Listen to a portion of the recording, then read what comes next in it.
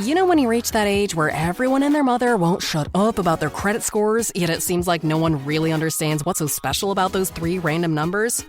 That's because credit scores are meaningless, unless you have Credit Karma to show you how to use them. We use those 3 random numbers, plus your financial profile, to help you find your next opportunity. Like a more rewarding credit card, a game plan that helps you pay down debt faster, or a personal loan to help you save more on interest payments each month. Cha-ching! Download Intuit Credit Karma today to get started.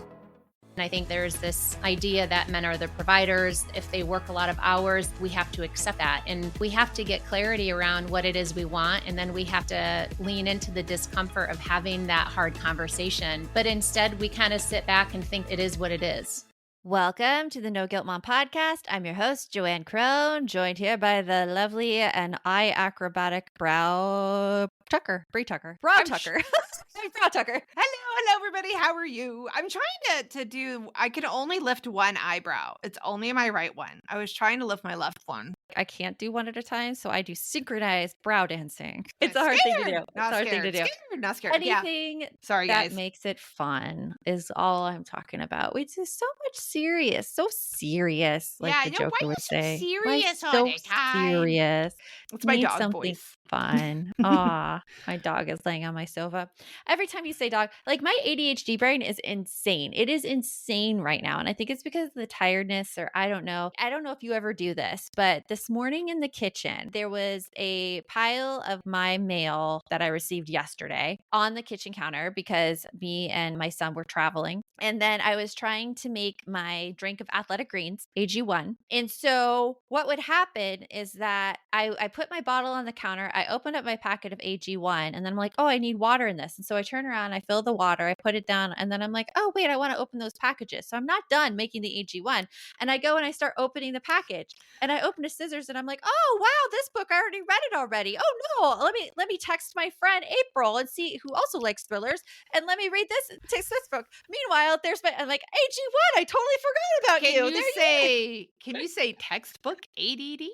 So bad. And then yesterday I wanted to describe to my son. And so I was getting dressed in the hotel room. And in the middle of brushing my teeth, I noticed that my shirt was still hanging around my neck. So I put my shirt on, but then I saw the toothbrush on the counter and I'm like, I'm going to brush my teeth. And I forgot to put the rest of the shirt on. It's so hard. I mean, you could relate, I'm sure. Oh, yes. Right? Yes. My God, it's crazy when I get left alone in my house, which is very rare. But when I manage to get that alone time, it's scary because what happens is Bree is like, I'm going to go get an extra big coffee today because I wear people out when I have caffeine in my system, as you know, especially when it's too much. They're going to be crazy as hell and I'm going to clean up this whole house. And then what happens is you have 15 half finished tasks from me. Okay. I'll be like, I'm going to clean out the closet. And then as I'm cleaning out the closet, this needs to be returned downstairs to the garage. I'm going to clean out this cabinet. This will be really fast. And then you're like, oh, but this needs to go in the trash. You know what? The trash cans could really use a good washing. Yeah, I get it. Yeah, that's how it is. It's how it is. Yeah. So it's funny. Whenever I talk to people who don't have ADHD and they're able to stay focused, I'm like, how do you stay focused? And I really think it's just because we all have different brains. I don't think that's possible for my brain, but I think I can excel in other areas. Yes. Oh my God. You kick my ass in many, many other areas for sure.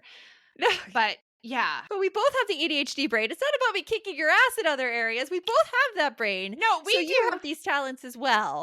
We do. But I mean, I do not get as hyper-focused as some other people do. I get moderately focused. I can do the hyper-focus. I can, but it has to be intensely interesting to me. Exactly. It has to be intensely interesting to me to do that. But I could see myself all day working on a graphic design. Because I'm just interested in it. So, it happens. But our guest today is all about taking care of yourself first as a mom, which I think we're talking about, Brie, where we have different brains than other people do.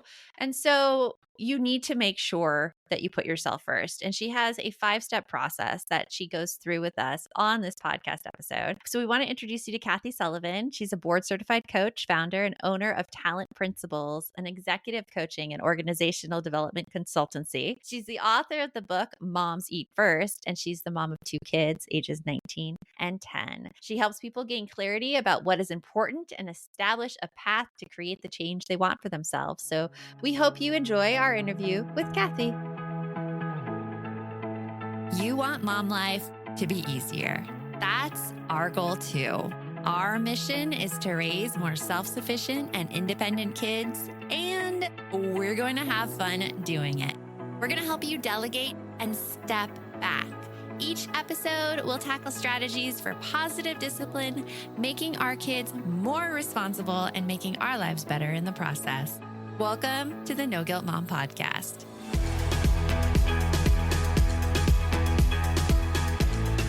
So, Kathy, you're the mom of two kids. They're 19 and 10. And I've really enjoyed reading your book, Moms Eat First. It's really hard to say its title because I want to say Moms Eat Last, but it's not. Right? It's Moms Eat First. It's so important. And I loved hearing your story about raising kids and being in California and then deciding a totally new direction for your life. Oh my gosh, tell me more about that. Yeah. So on a personal note, been divorced for a long time and have been the primary caregiver for my two kids for all of that time. As you mentioned, my daughter's 19. She's in her second year in college. My son is 10 and he's in fifth grade. And, you know, I think really the catalyst for writing this book, I would say the ideas have been churning for quite a few years. And then the pandemic really shifted it into overdrive for me. And part of what happened was I knew my son had already been diagnosed with ADHD and anxiety as well. But that was, I think, really the first really good insight I got into what he was struggling with in the classroom, because now I was noticing he was struggling to sit down. And I also was running my own business by that time and was trying to do my client work while my two kids are trying to be homeschooled, trying to manage all of that on my own. And That's a lot. right? Yeah. And so all of I think that was really just the catalyst for me. So on a personal note, you know, that was kind of my experience, but also the work that I do as a consultant and executive coach has really given me some opportunities to gain some insights from other moms, primarily working women. And it was those things that I think really just, you know, allowed me to, or gave me the opportunity to realize that moms are always serving everyone else first. Truth. They totally are. Totally are. And you had a pretty well-paying established career too when you decided to go into coaching. And I love how in the book you really go through all your thinking about when you decided to give that up, and also your cross-country move and convincing your ex to move with you as well, Kathy. Oh, I have to hear this. That's some Jedi mind trickery going on there. Yeah. Yes, please. Well, some context is maybe important. Yeah. So, and my ex and I have a very good relationship now, I should add.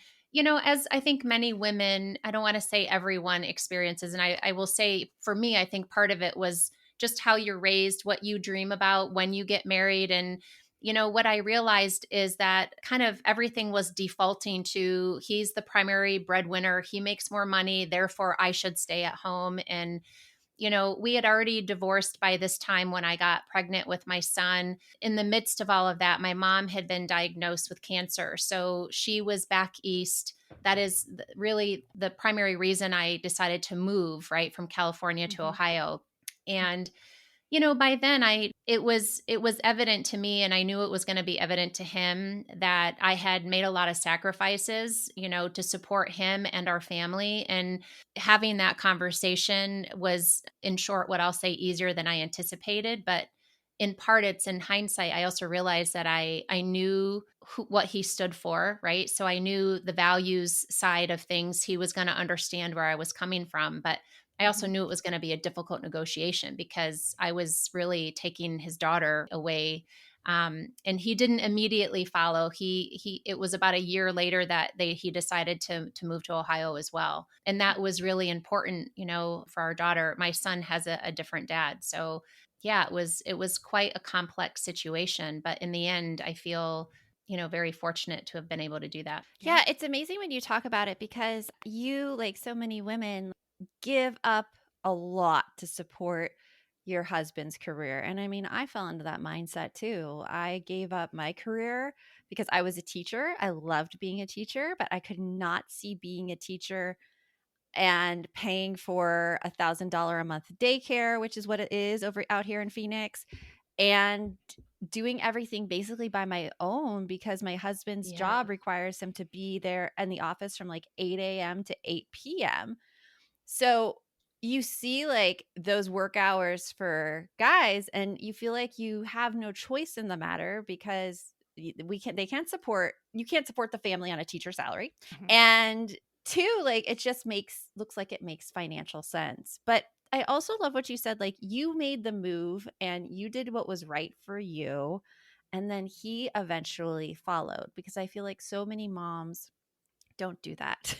So many of us never make the decision that is right for us. Have you seen that too, Kathy, in your coaching clients and the women you work with? Yeah. And a couple of things you just hit on, Joanne, resonate because, Yeah. I think part of it, and I talk about this in the book a little bit, these are ingrained values and kind of social norms, right? Traditions. It might be a combination of all of those things and, tied with kind of our personality and how we operate that I think contribute to the what we do and the why we don't do what we should do. But I definitely see that with some of my clients. And I think that some of this also carries over into the workplace. And even hearing you talk about, many men, I think there's this idea that men are the providers. If they work a lot of hours, that's like we have to accept that. And what I often encourage women and men to do is to ask, but we have to get clarity around what it is we want. And then we have to lean into the discomfort of having that hard conversation because many times we can get support or we can get some of what we're asking for. But instead we kind of sit back and think about it is what it is. It's really hard to have those conversations Yeah. because with me and my husband, I started having those conversations right away as soon as I was home. I'm like, this is we can't go on like this. And it's interesting because men also have the pressure from the workforce that if they have Yes. a boss that stays there for like 12 hours a day, that really doesn't have a family life, that doesn't even want to go home to their family, that boss has a very hard time having any compassion or understanding for the guy who wants to go home to his family and wants to make it easy. And it like for us, it went on for 8, 9 years. And my husband now has taken over the department and we're finally seeing the change because he's the one in charge and making the Mhm. changes for the family members. So I just want to put that out there that like these conversations, they take huge amounts of time Yeah. to make change. And having the mental strength and the energy to go through those things when you're balancing everything as a mom, it's incredibly difficult. Like, how did you do it in your own life, Kathy, when you were balancing all the things and still making these changes that were good for you? Well, I think at the time, part of it was just operating in figure it out mode, which is kind of how I have always navigated life. And, Mm. for me, I think part of it being type A and, looking for challenges, it was a little bit like, okay, I've got a problem in front of me. I got to figure out how to solve it. Right. That's just how I operate. But in hindsight, as a coach now, I certainly have developed a lot more self awareness. I have more tools. I've gained a lot more, you know, emotional intelligence, right? I've developed those capabilities and that's really helped me. So in hindsight, I think tapping into what I'm feeling, I think my reaction to things in the past could have been better managed, whether that was with my ex at work, with my kids. So I think that awareness has been, really helpful for me. And then again, the tools to kind of regulate that. As far as the hard conversations, I think a lot of it is about preparation. We anticipate how people are going to respond, and that oftentimes, causes us to avoid having the conversation. We're afraid of how people are going to respond. We're afraid of hurting the relationship. So I think preparation is a big piece of it too. 100%. Like I have conversations or I have things that in my life I find like upset me, but I can't talk about it yet. I have to talk about it with like a neutral party because Yeah. I don't yet know how I feel about it or what exactly is the thing that's triggering me about it.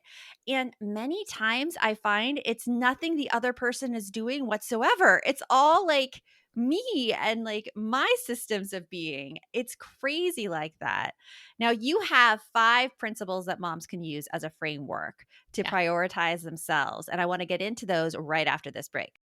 Green Chef in Every Plate is now owned by HelloFresh, and with a wider array of meal plans to choose from, there's something for everyone. I love switching between the brands, and now our listeners can also enjoy everything at a discount with Joanne and me. And I love takeout, but it is so expensive. And this is tasty restaurant style meals without that high price tag and less time even than it takes to get delivery. I have to tell you, HelloFresh has a ton of options for whatever you are craving. Choose from a changing menu of over 50 recipes each week. Plus, take your pick from over 100 Market add-on items like dessert, breakfast, and did you know they have snacks? That sounds amazing. Get 10 free meals at HelloFresh.com/free NGM. Applied across 7 boxes and new subscribers only, varies by plan. That's 10 free HelloFresh meals just by going to HelloFresh.com/free NGM. HelloFresh, America's favorite #1 meal kit. My water bottle is my constant accessory. I carry my pink one with me everywhere I go, and I honestly get a bit anxious when I don't have it. And I am always looking for ways to make drinking more water easier so I don't even have to think about it. And that is why we love AquaTrue. Seriously, just one set of filters from their classic purifier makes the equivalent of 4,500 bottles of water. That's less than 3 cents a bottle, and you know how much I love a good deal. Plus, we get to help save the environment. The filters are affordable and long lasting. No changing filters every 2 to 3 months. AquaTrue filters last from 6 months to 2 years. I can truly taste the difference compared to my old water filter. AquaTrue comes with a 30-day money-back guarantee and makes a great gift. Today, our listeners receive 20% off any AquaTrue purifier. Just go to aquatrue.com. That's AQUATRU.com and enter code NGM at checkout. That's 20% off any AquaTrue water purifier when you go to aquatrue.com and use the promo code NGM. Max Bankman, I'm the new doctor. Welcome aboard the Odyssey. ABC Thursdays. This ship is heaven. We're tending to our passengers' dreams. I'm in. From 911 executive producer Ryan Murphy comes a splashy new drama on a luxury cruise ship with Joshua Jackson and Don Johnson. It's your job to keep everyone alive. She's in VFib. 1, 2, 3. Clear. I have a pulse. You're going to be okay. Dr. Odyssey. Thursdays, 9/8 Central on ABC and stream on Hulu. So, Kathy, in your book, Moms Eat First, you have 5 principles that moms can use as a framework to prioritize themselves. What are those principles? Just listing them off really quickly, and then we'll dig more into each of them. Well, the first principle is about reflection. So it's reflection is key to self-preservation. The second principle is about rediscovering what's important. The third one is about resetting priorities. The fourth one is about reclaiming power, and that's particularly when we experience adversity. And the fifth one is really around releasing what you can't control. So the 5 principles really revolve around what I refer to the 5 R's. So let's start with that first one, because we kind of touched on it a little bit, but that reflection piece, Yes. like what can moms do in terms of reflection? I think part of it is just kind of exploring patterns of behavior, right? That's a little bit. And also understanding what we value. I think at the end of the day, we have to really understand what drives our behavior, what's really key and core to who we are and what we want to, continue to develop, if you will, and really focus on. And some of that I think is important just to understand how we align our decisions, because sometimes we operate outside of our values. Yeah. And sometimes we have to redefine those values, which are beliefs based on, things we were raised to believe or we don't believe is really serving us anymore. Yeah, it's funny too on what causes our behavior. I was with my sister, and my sister was having a conversation with her partner, and they were talking about like who's going to pick their son up from school. And in the middle of the conversation, her partner brought up something with, the school is kind of far away. It'd be really easier if he went to the neighborhood school, at which my sister completely shut down and was like, fine, I'll just take him to school. And I saw that and I'm like, oh my gosh, like she is repeating something that I saw happen in our house amongst my parents all the time. And it's one of those things where when you realize, you reflect on it and you're repeating history, I think that's the time that you can really make a change. But that's where it's interesting, because I'm sure if you had said to your sister, you're acting just like mom or dad, she'd be like, no, I'm not. What are you talking about? Oh yeah. I can't bring it up to her. There's no I know, way. right? Luckily, my sisters and I, we do have that relationship. We'll be like, whoa, hi, mom. Hey, dad, how are you? Yeah. But it's interesting you picked up on that, right? That observation. And it's like you noticed that was a cue for you, right? But I've done a lot of my own reflection. I've been through therapy a lot. I know how behaviors repeat, and I've gone from the point of being reactive on those behaviors to noticing what I want my response to be, and then stopping myself and being like, is this really the best thing? Probably not. Like, and able to like give myself kind of comfort like in there. But she's not there yet. And like, I hope she's not listening, because I'm gonna get in if serious she is, we love you. We love you. We love you. I'm not we love you. And if you hear this, but we love you. This is how I'm going to tell you. This is how I'm telling you. There's help. There's help. Let's move on to your second. It's the rediscovering what's important, or what to focus on. Tell me more about that. Rediscovering possibilities is essential to feeding your soul. And this is really about, thinking about the things you want for yourself. Again, in the spirit of the book, in the sense of we often put the needs of others ahead of ourselves. And sometimes we have to do that, right, for our children and their safety. But it's really about exploring what are the things you've always wanted for yourself outside of your role as a mom, outside of your career, and dreaming without constraints. So like we do this very well in our people in our balance program go through this of like the purpose, because the thing I hear from so many moms is that, oh, I really want to do this, but I need to wait until my kids are grown up. Yeah. Right. It's pretty common. There's always going to be something you have to wait for. Trust me. Yeah. And timing is of course important, but in the last week I've talked with two moms, and they actually said, gosh, I don't know what I want. They haven't had the time to even sit back and think about what they want for themselves. So that's, again, comes back to the reflection piece. But I think when you can make that time and really think about and daydream about what do you want, forget about the fact that you have kids and there's other constraints. It's really about just dreaming. Now, I'm going to say this piece here. I don't recommend this method, but I'm curious, Kathy, as a fellow divorcee here, do you feel like divorce could be a catalyst for figuring out those priorities of like, oh crap, who am I and what am I if I'm not a wife and a mom 24/7? Oh, for sure. Right? Sure. Like it'll throw you through the fires and you'll be able to figure it out. But I wouldn't recommend that path if you're just looking for I think, right. I think immediately following, at least for me, you're kind of in survival mode and just trying to, do what you can to keep things together. But I think when you get to a point where you're more settled, absolutely. It's hard. I think that if you don't have the space to dream right now, looking back on it, it probably means that you need more support in your life. You need more people helping you out. You need more people coming through. We just talked with another podcast guest this morning who has a nanny, and she was describing what happens with the nanny, where like she's able to focus on her business. She has a business. So that's, the funding there for the nanny, because it's very expensive to get childcare in this country. But I also see a lot of moms who have the means to get the help and then refuse to get the help because they think that they should be doing it all on their own. Yes. Yeah. And that's where we run into kind of the tricky issue of how do you create that space to find your dreams and what you care for when you're so busy all the time with kids and their needs. Like it's a real thing, and it's a problem. I don't know if there's an out from. Like, do you see an out from it? And this is why I say timing, right? Can be important. And I also recognize there's a lot of women out there that, don't have the resources and, all of that I've been privileged to have. So some of it might be just a matter of, like I said, getting through a certain time frame and where your kids are in the season of life that you're in.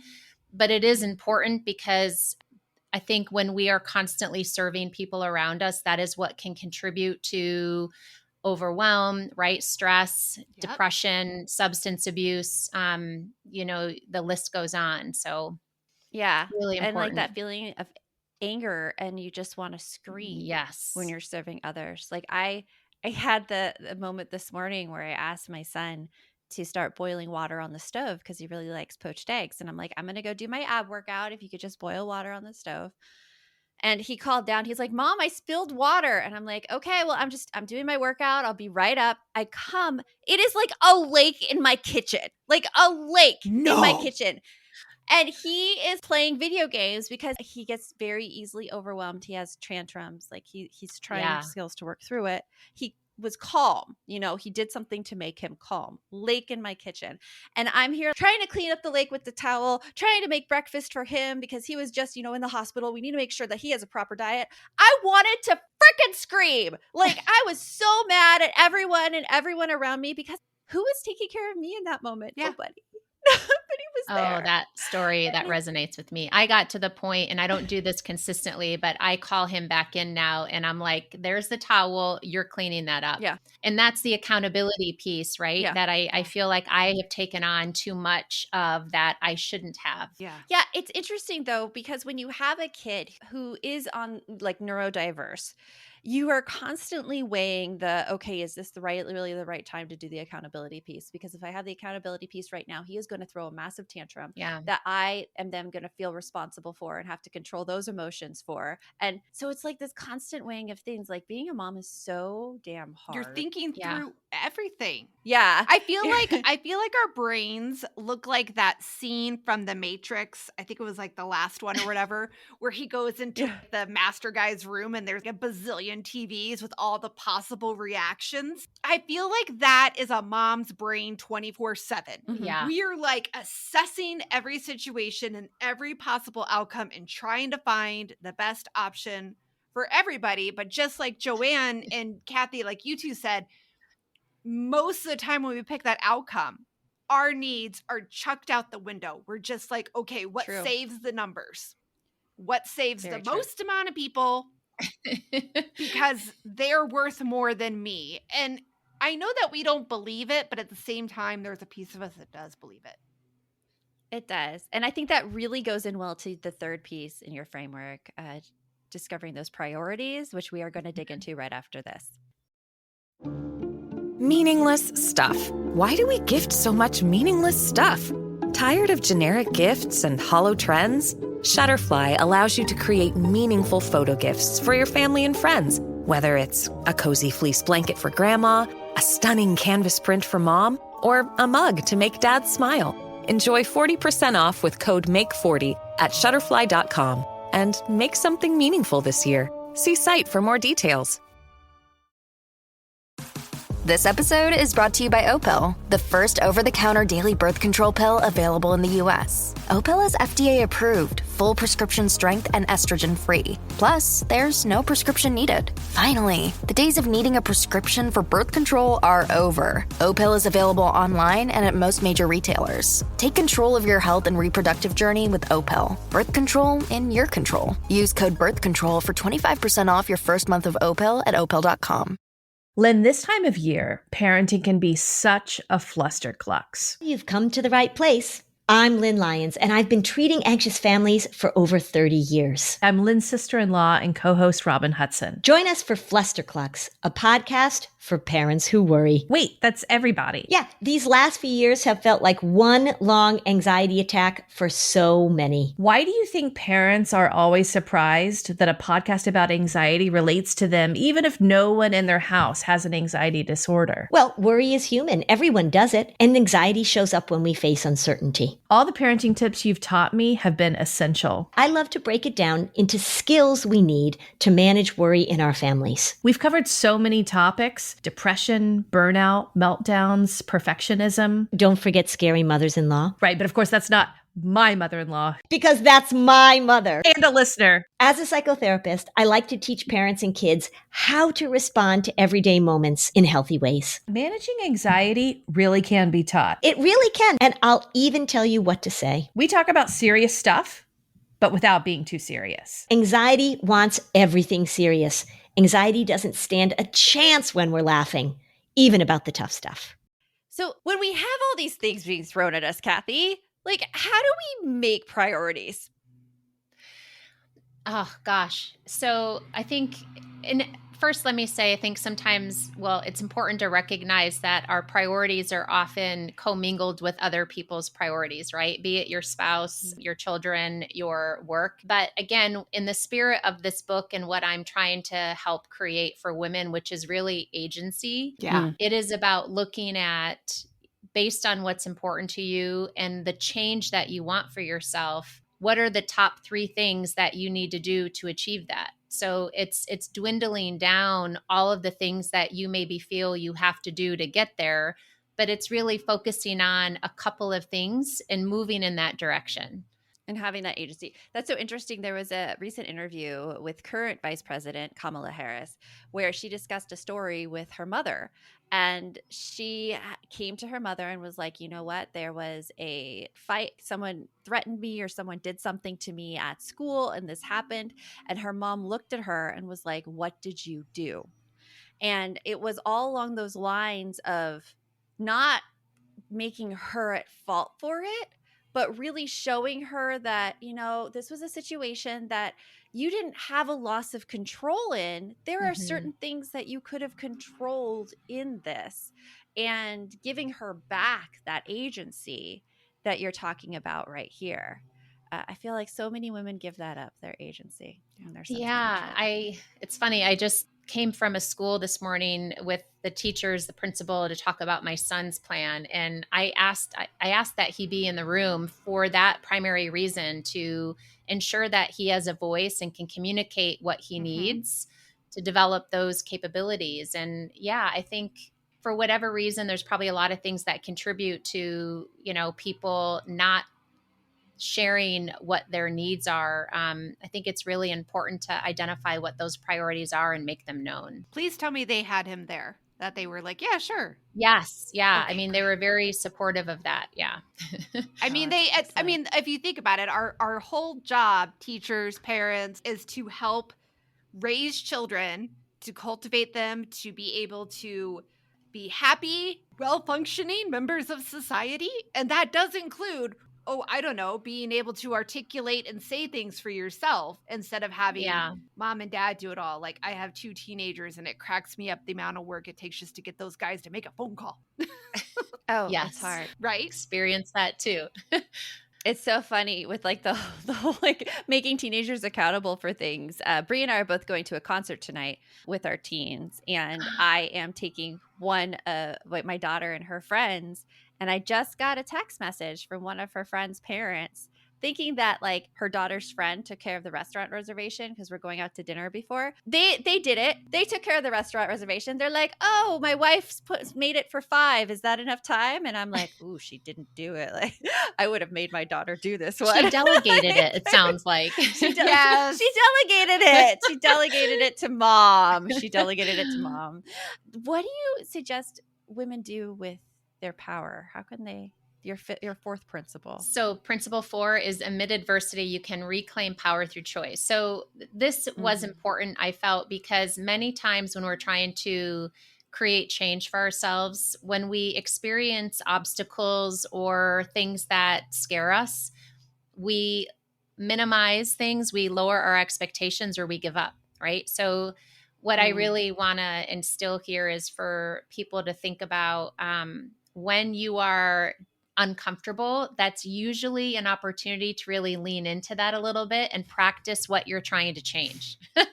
Right? So you talked about getting frustrated earlier, and certainly I experience that a lot with my kids. And I think those are, again, the examples that I use a lot of, is this the mom I want to be? If I have a choice here, right, to either calm down, talk to my son differently, or yell at him. And if I want a strong relationship with him in time where he talks to me openly and is transparent, then I'm probably going to get that better by remaining calm and trying to talk more, constructively with him. Yeah, that's a great way to reclaim your power in the situation too. I mean, this morning with me, I was, I'm going to scream. I'm going to lose it. I turned on my Spotify playlist and I did some deep breathing while I was doing it. And then I was okay when he came into the kitchen.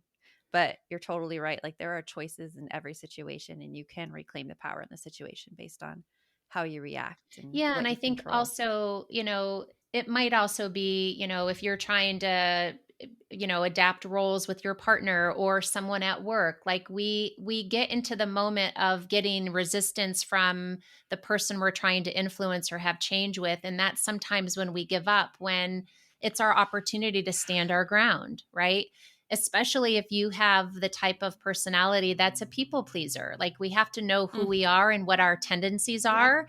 And that's where we've got to lean a little bit into our discomfort to sometimes get what we want and then deal with the ramifications. And it's those that often prevent us from, reclaiming our true power.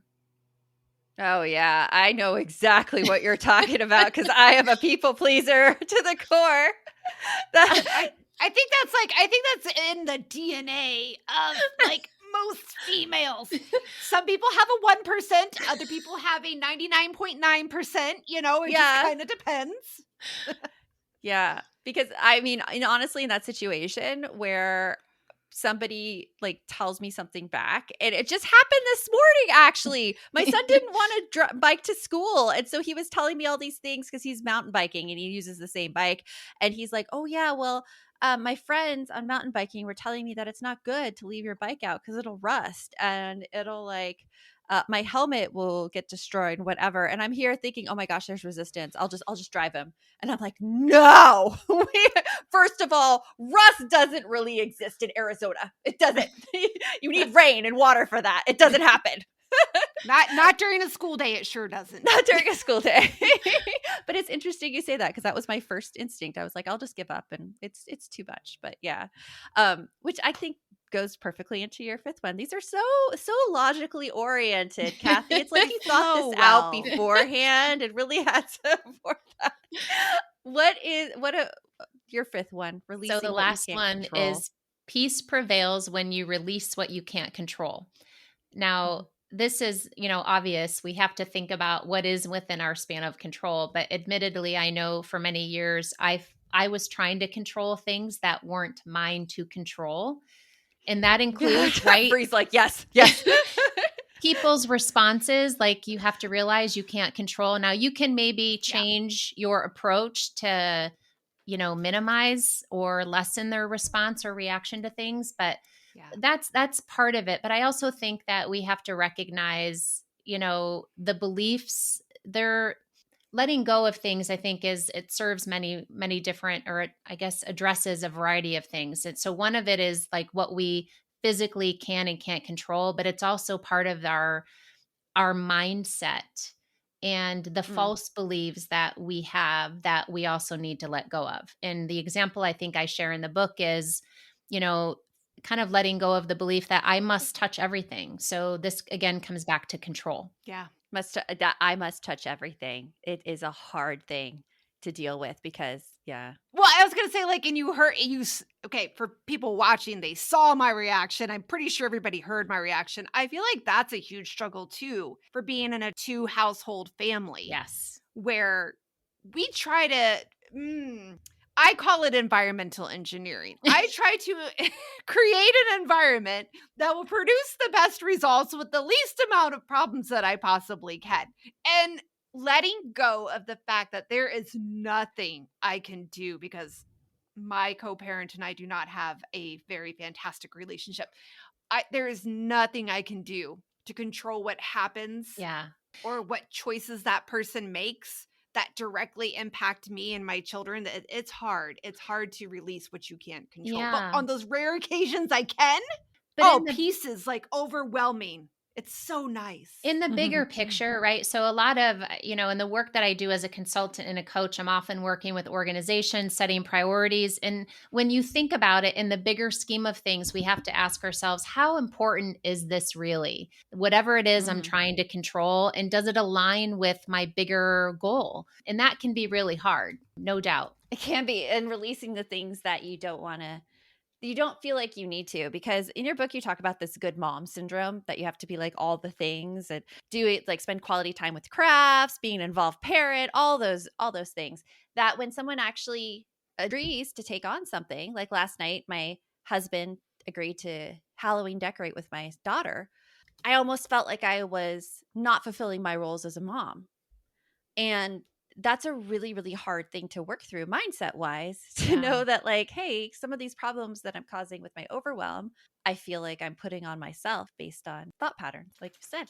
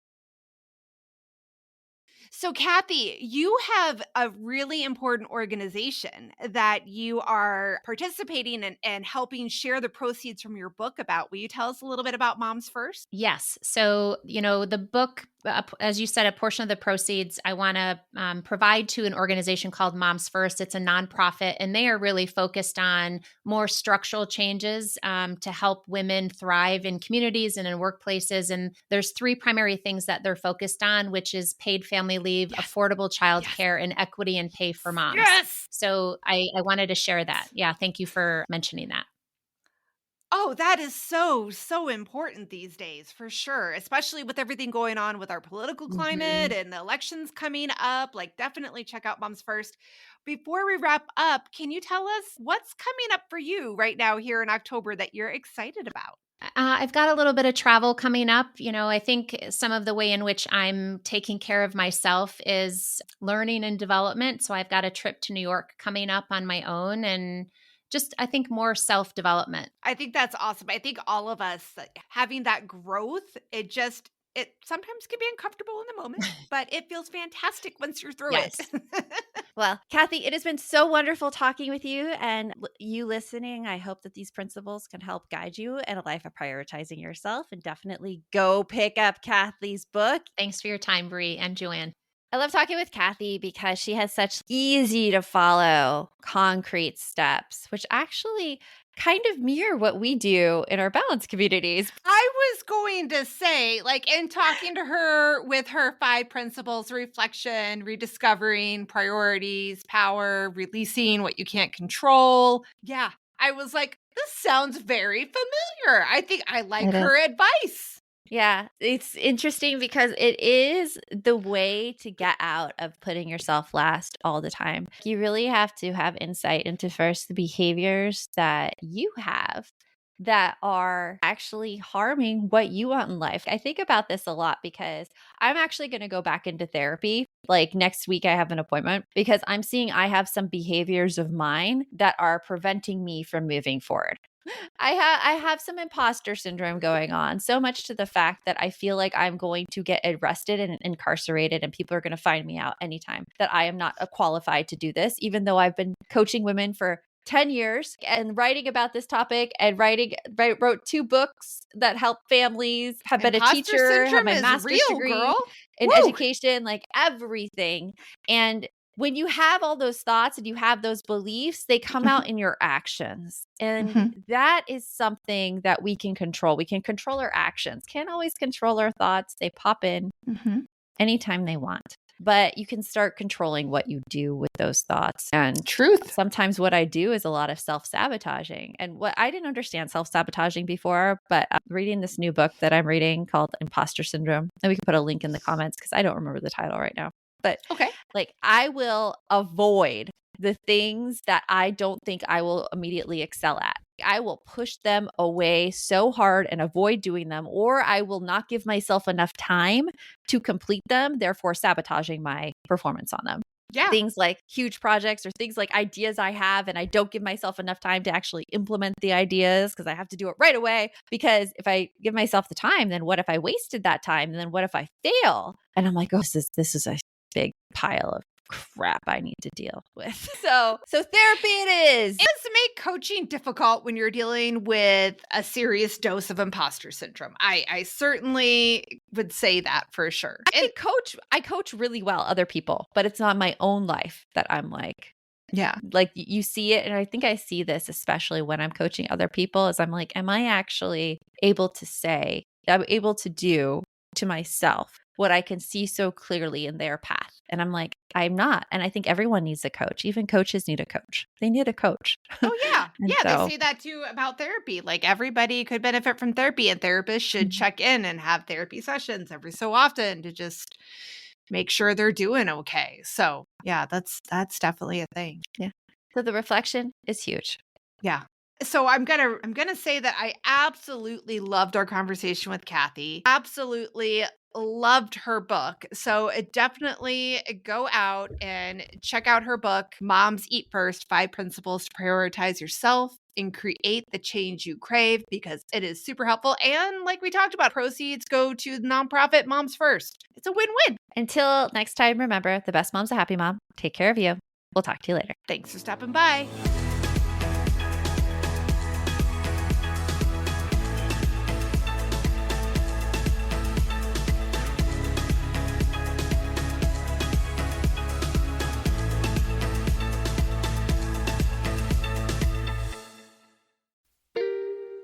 Are you a parent in need of a laugh and a little escape? Look no further. Parenting is a Joke is the podcast you've been waiting for. Hey, I'm Ophira Eisenberg. I'm a stand-up comic and parent. And each week I chat with one of my top comedian pals who, just like you, are juggling careers, busy lives and schedules, and raising a family. You can expect candid stories, hilarious mishaps that happen on stage and at home, and just a lot of laughs. There's no expert advice here. Well, actually, sometimes a good idea does sneak its way in, but mostly just pure, relatable fun to remind you that we're all in this parenting adventure together. New episodes of Parenting is a Joke drop every Tuesday, so tune in, get ready to laugh, unwind, and maybe even feel a little bit better about your own parenting. Because sometimes that's exactly what your therapist, pediatrician, and bartender ordered. Subscribe now on your favorite podcast platform.